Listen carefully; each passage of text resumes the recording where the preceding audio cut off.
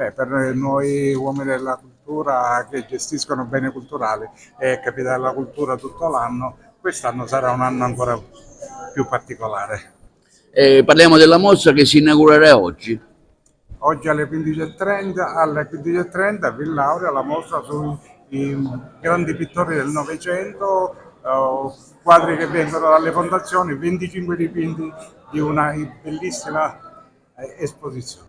L'amministratore della DMO La Caipa, ecco, voi avete già fattivamente partecipato all'evento, ma lo farete anche con altre iniziative di supporto, come?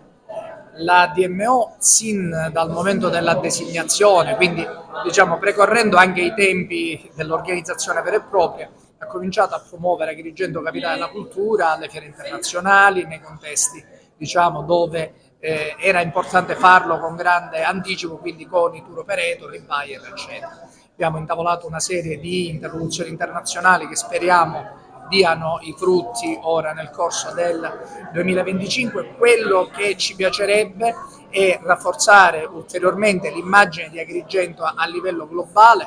Mi piace ricordare che recentemente la Sicilia è stata indicata come la quarta destinazione turistica del mondo e quindi Agrigento può e deve fare la parte del leone in quello che è un processo di promozione molto importante che stiamo vivendo.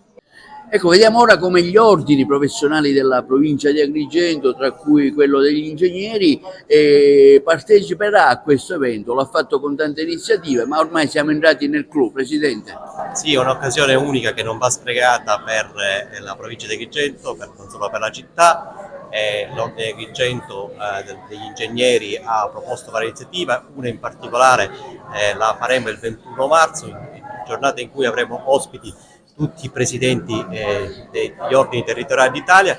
Faremo un grande convegno sulle infrastrutture per rilanciare il tema delle infrastrutture, per collegare la parte sud-occidentale della Sicilia e la provincia al resto d'Europa, rilanciando il tema del ponte sullo stretto, anche dell'aeroporto. È un'occasione importantissima che gli ingegneri della provincia di Agrigento sicuramente non mancheranno.